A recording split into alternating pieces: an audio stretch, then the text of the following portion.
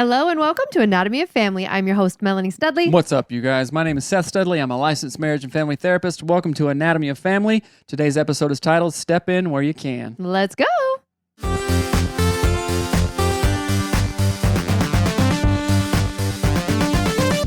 Hey guys, what's up? Today's episode is brought to you by getfaithful.com/anatomy of marriage. That's right.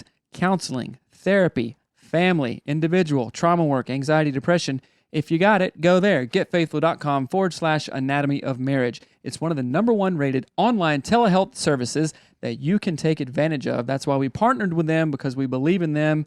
Getfaithful.com/anatomy of marriage to hook up with a licensed marriage and family therapist or other counselor today. Getfaithful.com/anatomy of marriage. Check it out. Bye. All right.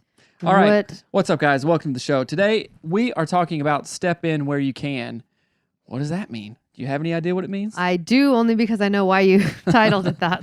Right. So, backstory. with all the stuff that we do, we like to keep it real, keep it vulnerable, and keep it in real time. So, this episode idea came from something that happened yesterday. As you guys know, we got 3 kids, and it doesn't always go smoothly, does it? No. Right. As it shouldn't, because that's just life.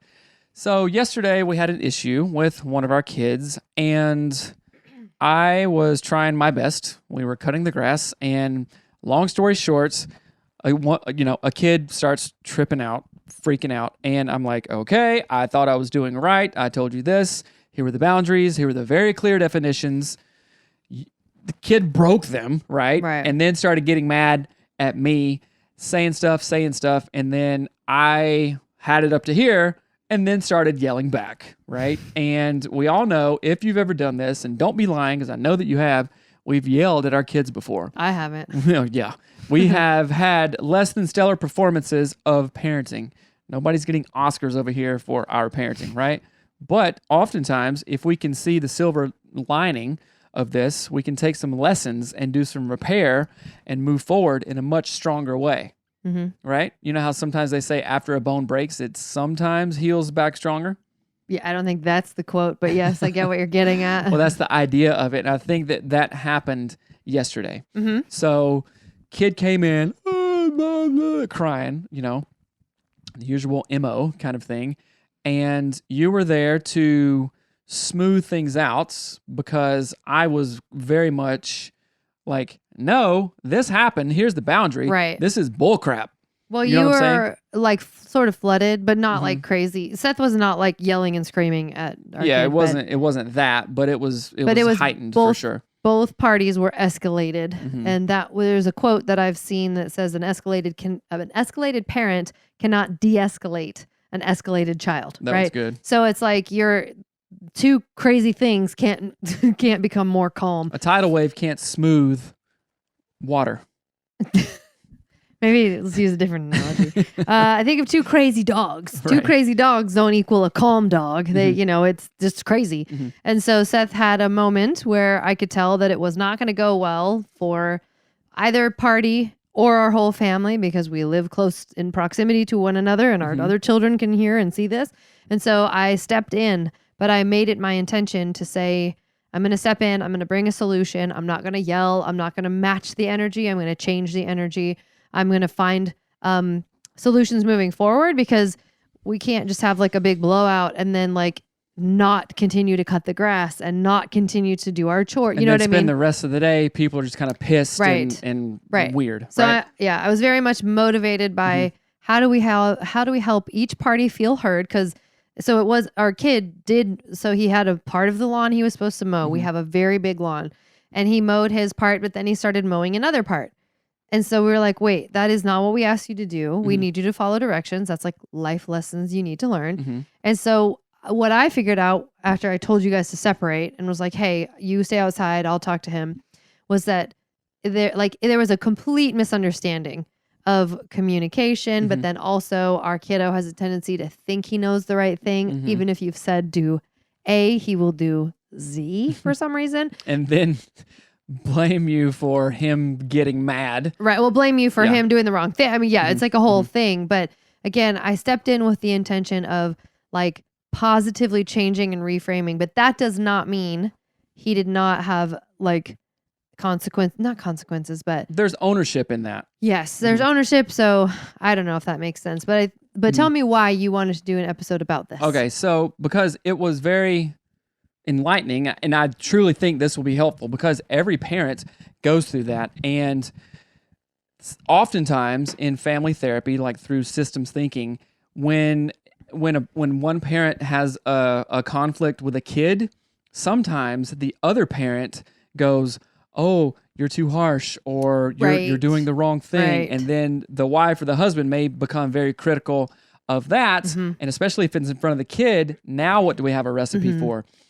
Divisiveness, right? Oh, well, you're just do that because you know mom, blah blah blah. And we see that a lot, actually, with our clients, but us too. There was a point where I was undermining you were undermining me. We weren't doing it on purpose. Right. Now, some couples get really nefarious and they do it on purpose. And if you're doing that, you can have a lot of stuff to work out, because not only are you messing up yourself, your relationship, you're really confusing the heck out of your kid as well. And you're paving you are setting the pavers for the stupidest future, like undermining each other's parenting styles or what the other one says. You're just setting yourself up for the next 15 years, they're going to be really hard. And that can be so small as this.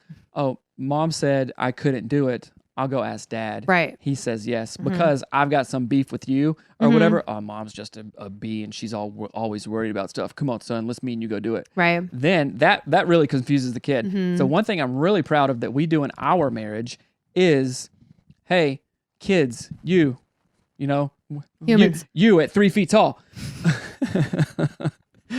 Me and your mom are on the same page here. Right. We check with each other, and sometimes our kids get so mad at us. Well, you just do what mom says, or you just do what dad says. And you and I repeat this phrase, hey, me and mom are on the same team. Right. I'm going to check with mom to make sure that's okay. Not asking her permission, but her and I are a team. Right. You know what that does for the kids subconsciously? It's like you working at a huge firm or agency, and you have an inside view into the board of trustees and upper management, and they're all making the best decisions. They're all on the same page for everybody's interest in mind. You understand what I'm saying? Well, and then your employment, you're going to be like, man, I feel secure. It's not some like Enron thing where you're like, oh, great, all my savings are gone. Right. It's, I know that the leadership in this area, they're on the same page. Well, I hate it. I don't like it, but they're a kid, so they don't know any better. But in the long term, that's the best thing for them. And it establishes boundaries that are strong and firm, and you're not breaking them.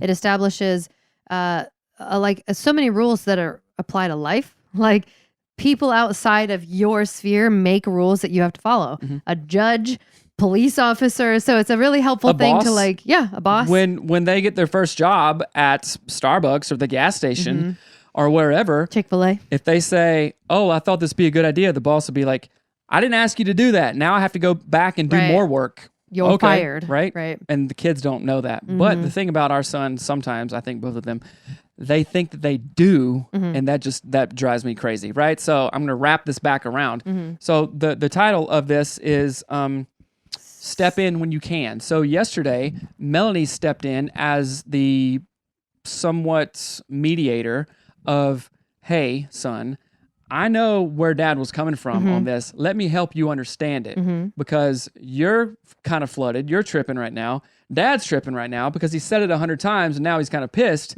So I'm going to step in and allow you to understand that point of view, right? And you're not defending me. So it's really like you had a clear picture of what was going on, what I wanted to convey to him, and then also the kind of 30,000 foot view of how he was interpreting it and then trying to repair it. Yes. Right? And then and I want to be very clear here, because I think this happens a lot too, where when two parents have conflicting ideas about what should be done, or a kid's behavior, like the mom is like, oh, you're too hard on our boy or whatever, then it swings the other way. So then the kid just gets away with whatever they did, right? And in these circumstances, it's very hard because Seth will have lay down the law, or so to speak, and our kid will get upset about it, or whichever kid it is.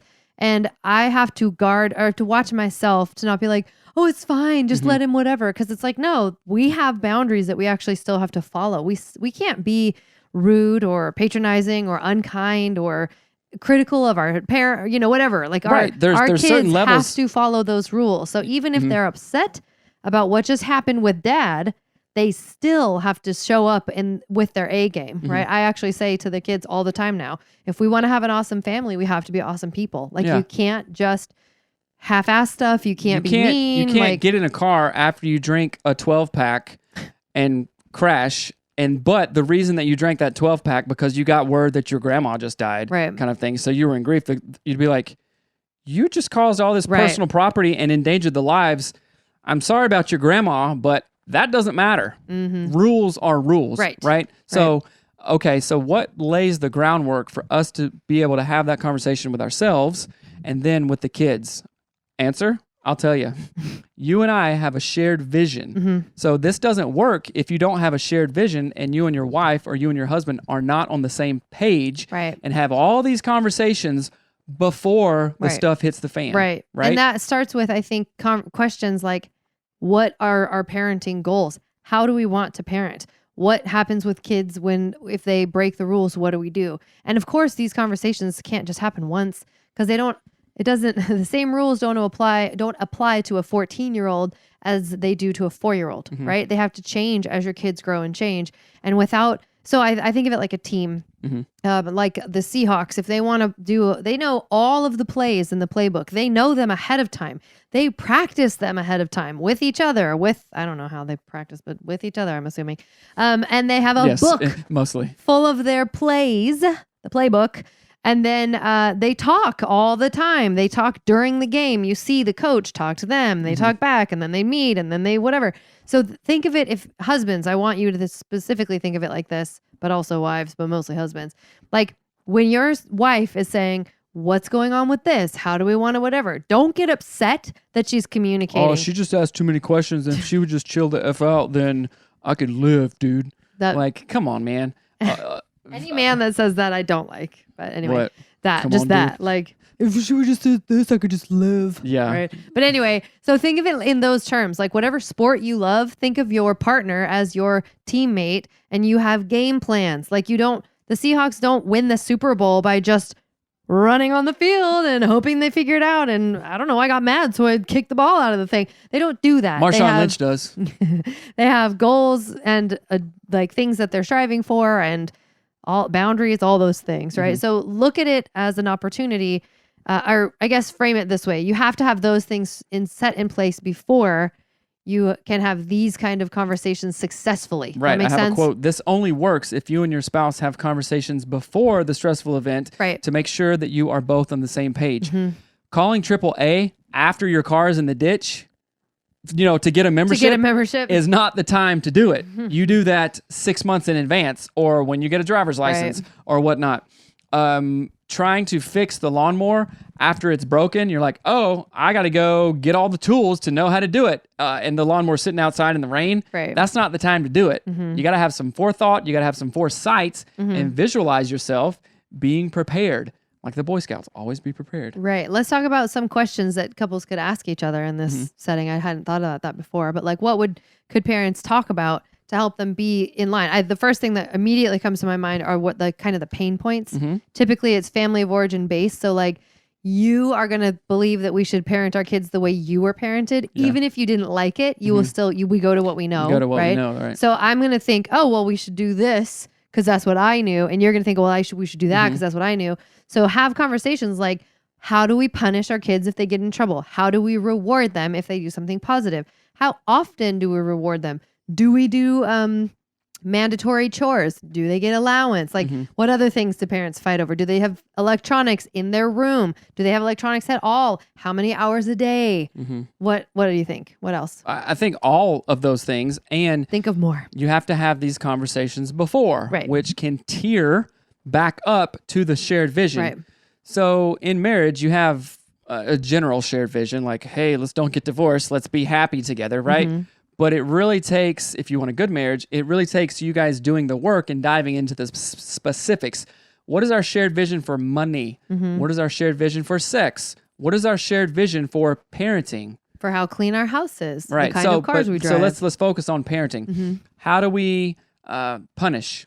How do we, like you said, how do we reward?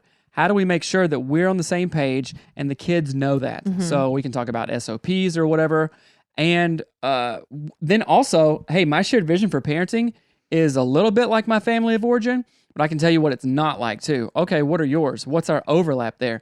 Mine would be I want the kids to feel more freedom, maybe than I did or whatnot, or not just the top-down thing. But I really, really want them to have really good manners, be respectful, and what else? I think which comes from those are positive things in your family of origin, right? And I think it's just the way to frame this in your mind is that you have to have these conversations, like Seth is saying.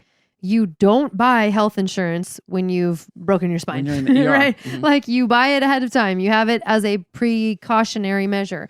You have to have these conversations when nothing wrong is going on. You have to have them before the S hits the fan, right? And you have to have a lot of them and over again, because again, elementary school is way different than middle school, which is way different than high school, which is way different than college. Like the things change each time your kid gets older.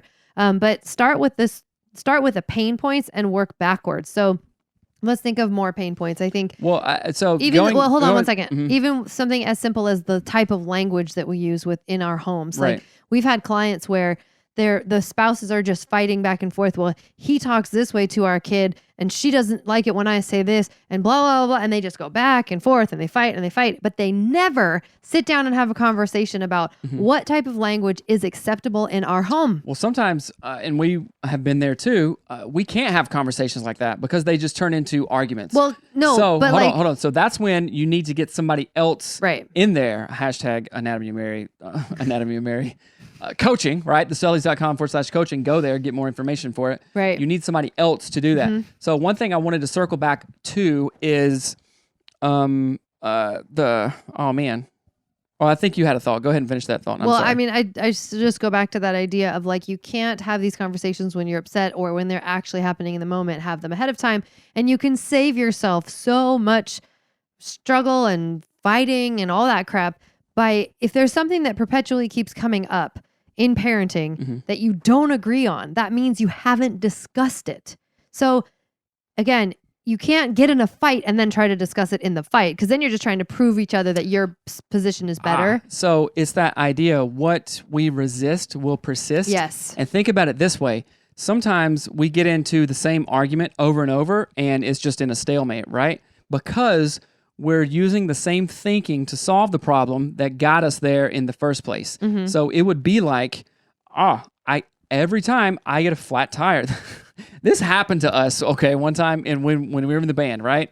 A member of the band got drunk and then tried to drive our tour van, right? I was just talking about that the other day. And had a flat tire, and then he put the tire on backwards, just so where the valve stem hit the brake rotor or the caliper in the thing, and then just boom, 2 seconds later, got a flat tire again. And I think it happened again because he was putting the thing on backwards. What we were resisting, in this case, he didn't know because he was drinking, which he shouldn't have been driving, dummy. He was resisting putting the tire on correctly so the flat tire would persist, right? So if we're continuing to come along, isn't that funny? You know that what I'm is talking really about? funny. In fact, it was the day before we were supposed to drive all the way to New York City. Yeah. But anyway. Not New York, South Carolina. If we're coming up on the same thing over and over and over, then we are simply using the wrong tool for the thing. Yeah, and all you have to do is stop long enough to examine what is going on, and then have the mindset of, I've got to work on this, talk through it, we got to figure it out. But again, it's best to show up ahead of time to those things and think proactively. But you can look back in the history of your raising your children and be like, what do we keep fighting about? What do we keep getting in arguments about? When stuff really gets tense, what's the same kind of go-to thing? Well, you always take his side, or you never talk this way. You should always do that. Look at those things and talk about them. But I do want to say, again, the title is Step In Where You Can. And there are things I want to just acknowledge that not all parents and not all humans have the same powers. That's one of the superpowers of being married is that you have powers and energy, and we complement one and we another. complement one in a another. way, right? Yes. And so as a parent and as a spouse, it's to your best interest to lean into these things positively and with an open mind. For example, I know that Seth, on the whole, he's much more happy than I am. He's much more encouraging and exciting than I am. And I bring the life and love. he brings the life and love, people, but he will be fun faster than I will. So he steps into that position. Now, I push myself to be better at those things too, but I also am thankful for him doing that. I let him know that it matters to me, and he steps in that way for our whole family. I am a much more tidy. I'm much more organized. I'm much, whatever, have skills in other ways that you don't have. So I step up, but it's not like a demeaning thing like, Seth, why can't you just, right? It's not that. It's, I'm going to step up and be my best in this area. You're going to step up and be your best in this area. And then we're going to have an amazing marriage by both being amazing people, right? And we're allowing the space for that. Like, I didn't get all pissed or butthurt because Melanie was like, hey, come in and talk. I have before. I'm like, no, forget it. Right. And I think a lot of spouses are guilty of that. But I want you to have. I mean, with our kid, when I wanted you to talk with our kid. Right. Just have, and I kind of almost didn't. I was like, this is so stupid. I knew you were almost not going to do it. Yeah. But you stayed in But there. I did, right? So give your spouse that room and go, all right, this is something we talked about before, right? We're not calling AAA when the car's in the ditch and we don't have a membership yet. Think about it before. And go, okay, I am open to that. When my wife sees me struggling with something, wow, what a blessing it is that she dives and helps, right? Oh, when my husband sees that I'm really struggling with something, which you have your moments too, I'm like, hey, right? Oh yeah, you're critical, you're sarcastic. Come this way for a minute, right? To go take a break or whatever, and you don't say, oh, I got it, or you're such a jerk or whatever kind of thing. You see that and you take that as the gift that it is. Let's call it that. Yeah, I've learned to stop fighting Seth when he is revealing to me something that is unhealthy in me. I've learned to say, that's actually like his superpower, to see that. And the way you present it is also really helpful though, because you'll be like, hey, I think you need to take a break. Like, it's okay. Why don't you just go into the room and like, whatever, do your work in there for a minute or something. He can tell. Go that way, crazy hose beast. Hose beast? Yeah, I don't know. Hose beast. I don't know what it means, but it's funny. It sounds awful. But anyway, but I think it's helpful to not fight. Don't fight more, right? Don't fight more when your spouse is kind of stepping in a way that is beneficial and helpful. And that actually is a really good point, because I think sometimes it's some spouses, some parents want to be the good parent. They want to be the one that, it's usually probably moms, who want to be like, well, when they cry, they come to me because I can attune and I'm the whatever. I'm the smart one. I'm the blah.